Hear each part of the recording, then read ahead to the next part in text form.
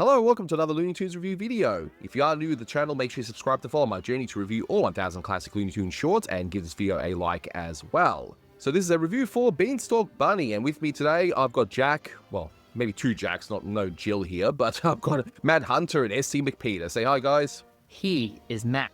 He is Jack. So which one of you is Jack?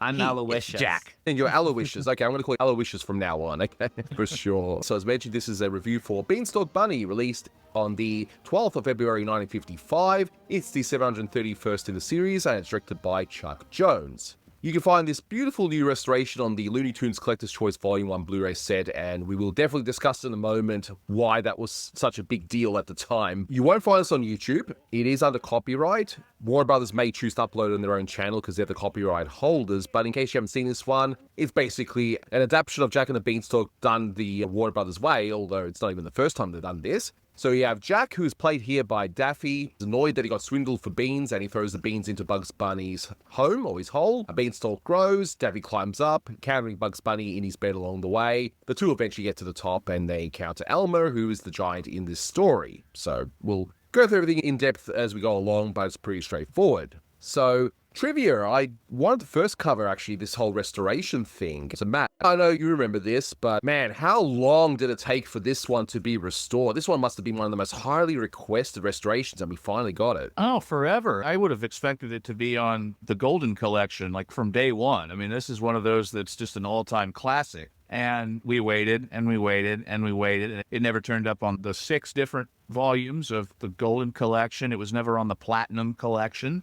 And everybody just thought, what is going on? Why are they not putting this one out? This is a Chuck Jones masterpiece. And apparently the reason was they had some damage to the original film elements, and it took them a while to track down a way to do it right. And they wanted to do it right. And they finally, at least according to Jerry Beck and George Feltenstein, they got the opportunity to do it right and did it for these collector's choice sets. So finally, here it is, and it looks great. I believe there was some damage, and you'll notice it looks like that damage may have been when we first see Elmer. That shot looks a little softer than the rest of the short, and also the shot of Daffy initially reacting. That may have been part of the damage, but yeah, I think it always was probably one of those ones that would just top people's most wanted, especially after they did the whole HBO Max job with the Photoshop titles, because even then it was like, wow, they skipped over this one, but they did a lot of those, and it makes sense that they would want to start the collector's choice with this, because it was easily the most demanded short by pretty much everyone. It's a classic. Yeah, 100%. And I remember they had the same issue with What's Cooking Dog. That one took forever to get restored because there was some issues, and you could notice some softness in that one as well. But yeah, we finally got it, and it looks great. The copy that we were so used to wasn't the worst, but we all knew it could have been way better, and sure enough, we've been proven correct in this beautiful restoration we're using right here. And if you need to own a copy, there is a link below in the description to purchase the Collector's Choice, where you can get 4 volumes in one set. I mean, that's a great deal right there. So definitely pick it up. It really is. Yeah. I bought them all individually as they came out, so I had no reason for it. But if you're looking to give somebody a nice present that might be on the fence about whether they want to own Looney Tunes or not, just get them that gift set. 97 shorts. Yeah. You know, you'll be quite loony once you finish all of them. I mean, don't try and watch them all in a row, you know. But a few other bits of trivia for this one. So a few smaller ones. So you would have the book Little Men that Elmer reads at the end. Now, I was saying it was a reference to the book Little Women, but SE, just before we recorded, you pointed out something else, which I thought was funny. Yeah, Little Men is a real book that was sort of an accompaniment or a sequel of sorts to Little Women, written by the same author only a few years later in 1871. Yeah, so I didn't know that. I thought it was just a little funny joke or a pun on the fact that we had Little Women. So it's like, okay, Little Men, and he's a giant reading about little men for some reason. I don't know, but yeah. In any case, that's what it's referencing. But I didn't know what snuff was, and you'll see later on that Elmer has a pouch full of snuff, and that is a smokeless tobacco. It's like grounded very fine powder where you would snort it, and you'd get your nicotine fix that way. I didn't even know anything about that. I didn't know such a product existed. There's another reference to it in The Scarlet Pumpernickel, where Daffy is in disguise and he talks to Elmer at the inn, and he pulls out a handkerchief and he sniffs it, and then he immediately goes into a sneezing fit. That's snuff. It's like a sniffable, smokeless tobacco.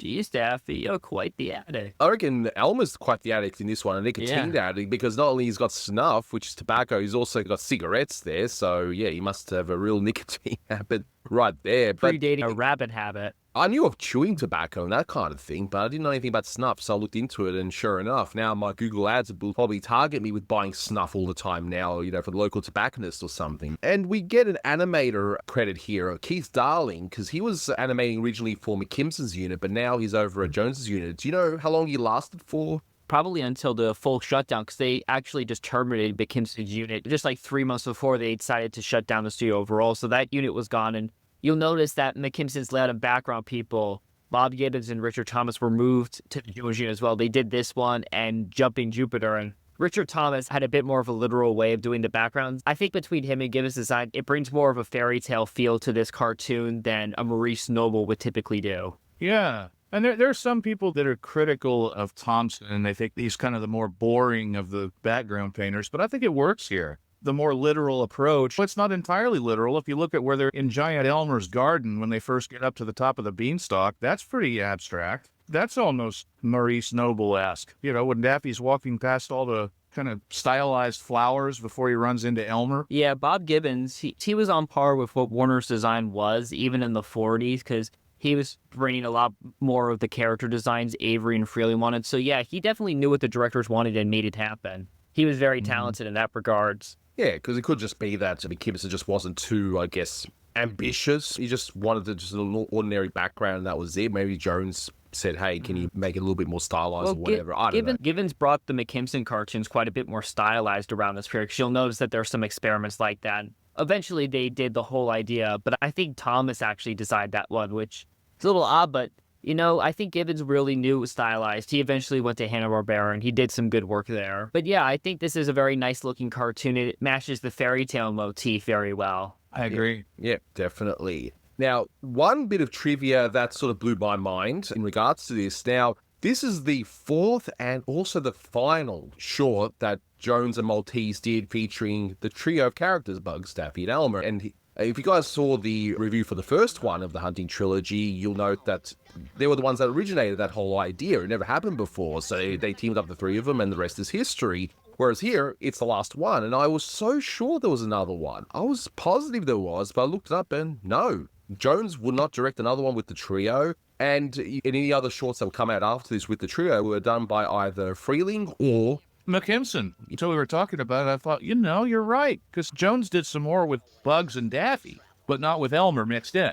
Yeah, he brought a very high standard to those three characters together, because you look at those four cartoons and you realize that each one of them is a slam dunk. And I was thinking about before Space Jam. The Hunting Trilogy sort of has a great focus. Like, I think the first one focuses more on Bugs, and the second one focuses more on Daffy, and then there's a greater divide between the characters in Duck, Rabbit, Duck. And this one, it really is a great Bugs and Daffy cartoon. Pairing them together, you can sort of see why they would go with just Bugs and Daffy, because they played off each other so well, and they would do the cartoons where they travel together more often. This is sort of the beginning of those cartoons. Totally. And yeah, I was just very surprised that this is actually the last one. So yeah, lots of trivia for this one. But let's take a look at this short from start to finish and go through why this one is considered to be a classic. I will admit it's perhaps not my favorite of this team up that Jones and Maltese did. I still prefer either the first or second of the Hunting Trilogy, but you know what? This is still a great one. So I love the title card. You know, just opening up, it's just a lovely stylized title card. It really feels like the cover to a real storybook. I think that's what they're going for. Of course. Yeah, definitely. Kind of reminds me of the Robin Hood short with Bugs Bunny. Just that fancy opening. Yeah. It's just a great one. Well, or the opening to Sleeping Beauty. And Chuck Jones actually worked on that for Disney. During that shutdown, he went to Disney for a little while and worked on Sleeping Beauty. We don't exactly know what bits he animated on it, but he did. I don't think much of his stuff, if anything, ended up in the product. I mean, the whole history of Sleeping Beauty and how they made it, it was crazy. It was in production for so long, so... But in any case, we open up, and I love in this opening how we are so quick to establish Daffy getting the beans. There could have been this whole scene where there was like maybe an interaction between Jack, played by Daffy, and this salesman character, but no, we didn't need that. It's just straight away, it's like, you know, how do we like that? I got rid of a cow and I got these beans. What a salesman. So even though, yeah, he got screwed over, he still acknowledges that, yeah, he was a great salesman. Now there goes a salesman. He trades me out of a perfectly good, grade A homogenized Holstein cow, and for what? 3 stupid beans. Jack, you're a jerk. I don't know about you, maybe this is more relatable to you, Matt, but there's surely been a time, I know it's happened with me, where at the end of some sort of a sales pitch or something, you're left by the end of it going, hey, wait a minute. You just realize you didn't get a great deal. Jack, you're a jerk. Looking at this, and I'm really noticing just how great the stylization is to fit the fairy tale theme. That opening shot of the panning background with the 2 layers, the forward action's going a little bit faster than the castle, and it really does match the feeling. And there's a great scale in this, and so does the earlier Beanstalk cartoon Maltese did with Bugs, Jack Rabbit, and the Beanstalk. But I think this one really improves everything over that cartoon, especially the gags. Yeah. Yeah, and I love how when they restored it, they actually got that contrast right. Because in the TV copy that they had forever, it was really time compressed. And so the salesman moving with the cow looked like it was blurred almost. Sped it up so much. It looked terrible. The colors were all washed out. And now we're actually seeing it in full color at the right We get speed. that nice light purple sky that I really like in this one. It looked kind of gray in the TV copy. I love the hat Daffy has in this. And then obviously must have been difficult to animate because halfway through the short it disappears. But it adds kind of character to him in the first part of it. If you watch the hat by itself, kind of like when they gave Daffy a hat in Clampett's Baby Bottleneck. Watch that hat. You know, the animators had fun with hats. But Yeah, they obviously loved this was- giving Daffy big hats, but it looks like they're trying to make fun a little bit of Mickey and the Beanstalk here with sort of the costume play they did in that. But I just love that hat too because it makes Daffy what he is. He's a complete flop. I like the fact that in a lot of these Chuck Jones shorts of late, that Jones would cast Daffy in such a way that he's like a bad actor, trying to show that he's a good actor when he's really not. And just his line deliveries here where he goes, all the way up to the sky, and he just breaks the 4th wall, and he just thinks he's a great actor, but he's really not. That's how I view these things. Odds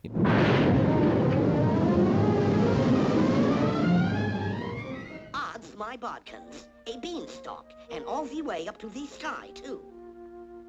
Well, I'd better get to work climbing that thing, or we won't have any picture. Now, would you guys agree on that, or? Yeah, I A agree. beanstalk, and all the way up to the sky, too. Yeah, I love when the Beanstalk comes up because I love Bugs' mailbox. Like, not just the Esquire, but also the fact it's supposed to be a puppet theater as the mailbox. Great composition, too. And, of course, the Beanstalk coming up is a direct riff on Mickey and the Beanstalk, that sort of sequence with the scale. There's a lot of great scale in this cartoon, but this is another part of it. And then, of course, we get Daffy going into that Graham Ham acting, and then his just rash, well, I better start climbing this thing or we won't have any picture. Which, again, Bugs almost immediately does a similar line right after this. I don't remember any rabbit in Jack and the Beanstalk, but there's gonna be one in this one. I don't remember any rabbit in Jack and the Beanstalk, but there's gonna be one in this one. Yeah, and all this stuff gets established so quickly, and it just shows how great Maltese was as a writer by this point, where there's no fluff. Everything gets established very quickly. We need to get Bugs and Daffy up to the clouds and encounter Elmer the Giant. So we get that fairly quickly, and it's done really great. So we get these wonderful giant backgrounds, and again, it may not be as ambitious as a Maurice Noble type thing, but it's still done pretty well here. I love the scale of it all. Of course, he's climbing up and he runs into Bugs for the first time. Yeah, just the whole scale of everything. And this is not even the first time that Jones would do stuff relating to scale. He seemed to have this theme going on in a lot of his shorts where he would have like more characters up against a big background or, you know, something similar. That must have been from his Disney-like experience because he was doing those sniffles early on and doing little characters. That must have come from his love of Disney in a way. And he very recently had just done Lumberjack Rabbit, which also involves scale. Right. And we talked about the Sniffles cartoons and how those explored that. Also, Tom Thumb in Trouble, which is probably his most Disney-esque cartoon of all, where you have Tom Thumb and the woodcutter father on the scale that they play with on that. So that was definitely a Chuck Jones trope. And he used it over and over. I mean, even look at Alibaba Bunny toward the very end of that where Daffy gets shrunk by the genie. Jones loved doing that. Must have been something Maltese knew he liked because he brought a lot of great writing with that. But This cartoon, it has elements similar to Maltese's previous Jack Rabbit and the Beanstalk they did for film, but it improves over everything. Like, we're getting some real great character moments establishing Daffy's greed. We immediately know that when he realizes that he's Jack and the Beanstalk, he's immediately interested in the wealth and glory. And Bugs just happens to go along just because, well, he's Bugs Bunny in this cartoon, but I think this is much greater setup, more character. Most of the jokes in Jack Rabbit, while funny, are mostly just related to the scale. There's more depth in this cartoon. There's more being thought out. Maltese really evolved as a writer. Yeah, exactly. Speaking of him as a writer, I love the whole thing where he wants the doubloons and the triploons and quadruploons, which makes no sense, of course, but hey, it's still pretty funny. Boy, this is the kind of story I like. I can just taste all those pieces of 8 and doubloons and triploons and quadruploons and quintuploons. Fee, fi, fo, fum. I smell the blood of an Englishman. He encounters Elmer, who's a giant here, and I just love the idea of Elmer, this child-sounding thing, just looking like an imposing force the way he does, and he just still talks the way he does. It's just, I just like the contrast there. Yeah, fee, fi, fo, fum. Just the delivery of Arthur Q. Bryan here is amazing. After all, money isn't everything. Yeah. I just love the animation acting of Bugs and Daffy in this scene because, Daffy at first is rubbing his hands together in anticipation of all the treasure that he sees Elmer Fudd, and he's terrified. And then Bugs Bunny just coming up out of the hole, and he just kind of readjusts his gloves a little bit. And then he sees Daffy running by, and he just grabs Daffy by the butt. Where are you going? They really love that because Daffy does it to Bugs later. Yeah, and then Bugs just grabs him and slaps him. Yeah, the animation of the slapping is great. Yeah, it's fantastic. Yeah, I also love in this, they give Arthur Q. Bryan a little bit of an echo to match his giant voice, but I wonder how much of this scale in this was dictated Maltese's board, because a lot of this, again, does feel like Jones, but we're getting into some territory that feels like the other 3 Bugs, Daffy, and Elmer cartoons. We're getting sort of a continuation of that hunting trilogy, where there's sort of really a game. Who is Jack? He's Jack. No, he's Jack. That sort of wordplay, and that's Maltese's thing. Let me go! Let me go! In the name of humanity! Let me handle this. I smell the blood of an English wabbit. And it works really well in this cartoon, I think. I love all the great Daffy lines. No, my name is Aloysius. He's Jack Rabbit. Yeah, the lines are fantastic in it. Yeah. Look, Mac, let's get this straightened out. You're the giant in the story of Jack and the Beanstalk, aren't you? Well, yes. And the giant in Jack and the Beanstalk wasn't after no wabbit now, was he? He was after Jack, right? Oh, I guess maybe that is right. All right, then. He is Jack. But unlike the hunting trilogy, Bugs doesn't really win here, does he? Elmer just picks them both up. We get what is most definitely a great Maltese wordplay. Looks like I'll have to open up a pair of Jacks. Yes. Just exchange between Daffy and Bugs. Daffy's freaking out, and Bugs is just calm as can be, They really play up Daffy's insanity in this one. They do. Exactly. It's a lie! It's a lie! My name is, Aloysius. His name is Jack. Jack Rabbit! Oh, no. You're Jack, all right. I am not! You're Jack! You are Jack, and you know it because it is a fact. I guess I'll just have to open up with a pair of jacks. I'll grind your bones to make me bread. So Elmer takes the 2 into the castle, and I just like the casual nature of Elmer with this pepper grinder. This will grind their bones very nicely. Just This ought to grind their bones very nicely. that delivery just killed me, just the way it was done. But we have a scene now with the 2 of them under this, I don't know what you would call it. What would you call that glass cover thing? I don't know, but the animation here, this is by Abe Levito, who assisted Ken Harrison. I think this is the best piece of animation he ever did. Just from what I remember, he's pushing Daffy. He's really playing with it. It almost reminds me of Manny Gould in a way. There's not that many in-betweens when he's jumping from pose to pose in the beginning. And he really tears Daffy to shreds and makes him look disheveled while Bugs just stays on that one pose. It's a held pose that Chuck Jones himself clearly drew, and then Levito's animating Daffy, trying to get his attention. And he's just like, It's one drawing. Yeah, and then he settles into the same pose as Bugs. And then just there's only like one beat before Bugs grabs the glass cutter, just like in Jack Rabbit. And you know what? That's sort of one thing they have in common too. One of the funniest parts is the glass cutter in both of them. Yeah, the idea that Bugs just happens to have a glass cutter. Yeah, exactly. And this whole scene reminds me of that Pepe Le Pew short where you have Pepe being frustrated to trying to woo over Penelope, and you see him behind and he's just getting all frustrated. It's like, come over here. She's sitting there behind the glass and she can't smell him and she's just sitting there like smirking. This is a fantastically animated scene, and it's definitely a highlight of this show. And the end of it is like, listen to the music as well, how it just emphasizes what's going on, including at the end, once you see the glass cutter, the da-da-da-da, you know, that just does so well here.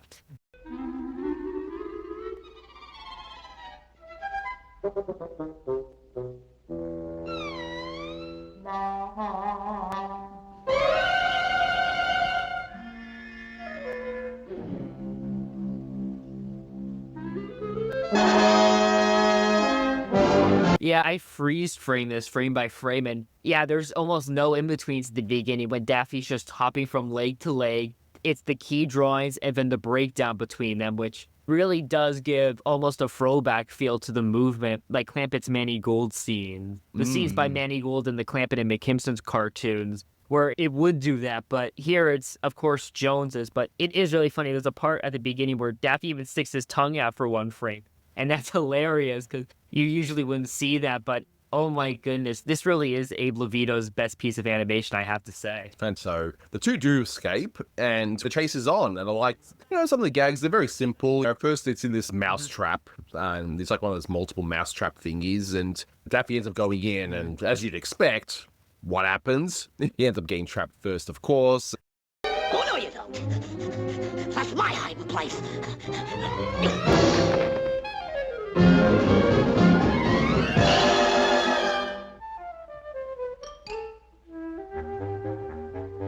You could have stood up for your rights, you know.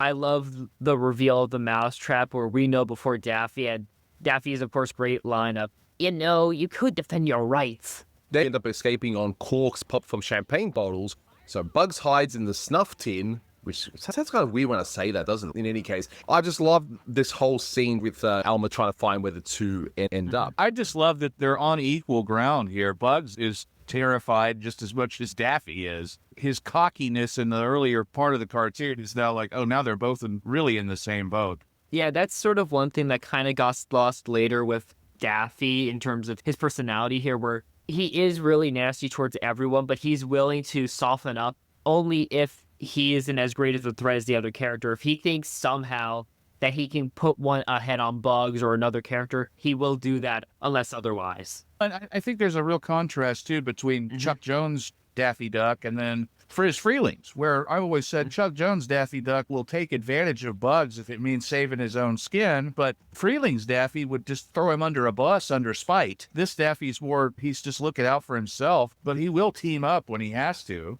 as opposed to being just completely nasty. I think Freeling's Daffy was nastier than Jones's, really, toward Bugs and anybody he was a else. lot more miserable in some ways. Yeah. Having even more so than in the 3 hunting film, this one has the two of them really as a team, and I really enjoy that dynamic. And so we get a last little variation on the hunting trilogy, which is good. It's always good that they're trying new things and not repeating the same thing over and over again. So I like how they climb over Elmer's face, and that one expression of Elmer's face where you see the two characters being really tiny on there, that's pretty much my face in summer when flies are all over. It's just such a stupid looking face. Yeah, they really emphasize Elmer's lips on that layout. He almost looks Italian there. And look at the great shot where they go inside his head and they're behind his eyes. I think that's a really well-staged scene. Great color, too. They give a nice glow effect inside there. Yep. You stupid ape! Why don't you watch where you're going? Oh, White, you little wet goose. Come on out of there, or I'll smoke you out. And I like how Elmer tries to smoke him out. And again, I think that Elmer needs to get some help from his nicotine addiction, having both the snuff and all the cigarettes. But, well, what's the logic here? And he just wants to smoke him out with a cigarette like that? It's just odd. But I would imagine this would have been cut from TV, though, given, smoking. I know ABC cut it when they ran it on the Bugs Bunny and Tweety show, and I think Cartoon Network got it for a while, and then they restored it. But yeah, it was cut on TV in the past. They didn't want to show any character smoking. I'm looking at it right now where he tries to squeeze them out of the cigarette. They just point at each other. Yeah. What the?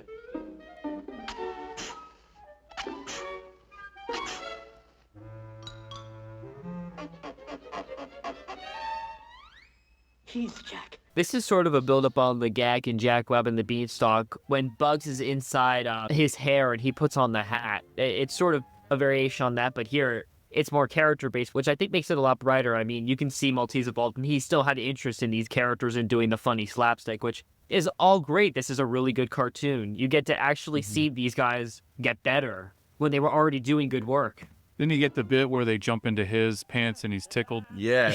Oh, Real Elmer violation of him. Yeah, Elmer giggling is hilarious. And I love when he squeezes out his handmade cigarette. Daffy still has to remind us, he's Jack. Yeah. He's still willing to throw Bugs under the bus at any moment. Bugs ends up leaving, but Daffy, of course, he wants that treasure, right? So he stays behind. I love the way they show him getting rid of Elmer. You just see Bugs' foot go around a corner, and then you see Elmer fall. I just love that they just show the foot coming from behind the corner. Yeah. I think that's great. Yeah, it's a really good scene.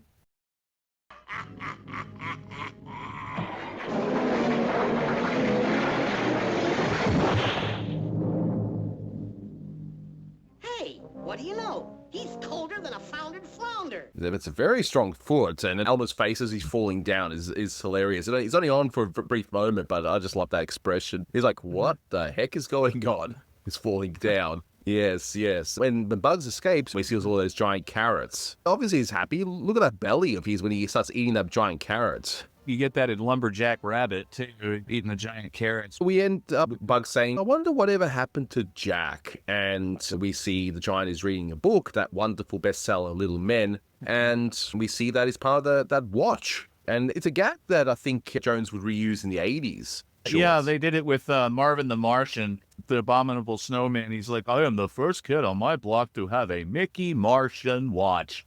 Because apparently the cartoon character watch thing started with Mickey Mouse, and he was making fun of that. I think that had started in the 50s, I guess.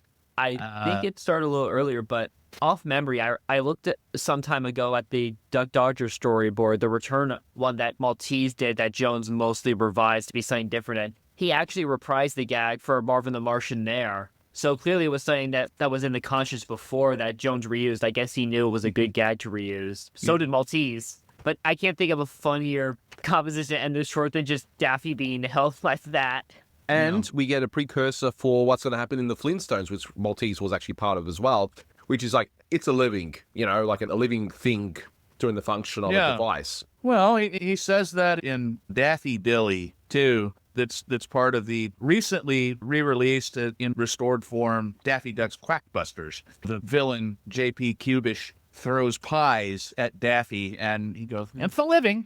Yep, it's a living. Yep. So after all that, do we enjoy the short? I mean, it should be pretty apparent we love this one, and I certainly do. It's not one that I encountered too often growing up, but I saw it a few times unrestored, but even in that state, this is a very funny short and definitely well done. And sure enough, it's the last of the trio done by Jones and Maltese, and what a way to go out. So yeah, this one gets a 9 out of 10 for me. I love this one, but not as much as the Hunting trilogy, I'll admit, but this one has so much good in it that it's just a lot of fun, and it looks better than ever now that it's been fully restored. 9.5 out of 10. It's easily one of Jones's best. It's I would call one of his defining cartoons, because it has everything going for it. It has the design, it has the great character interlogs, it has good gags, it has the Maltese collaboration. It has everything great going for it. And we're sort of getting towards the end of that, but I mean, there's still a lot of great ones to go forward, thankfully. Yeah. This is one of the all-time classics, though. The Bugs and Daffy and Elmer. I'd just say it's a 10 out of 10. I think it's perfect.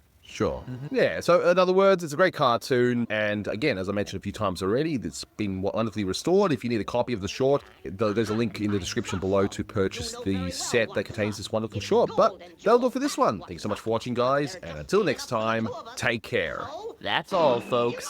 He's Jack. He's Jack. He's Jack.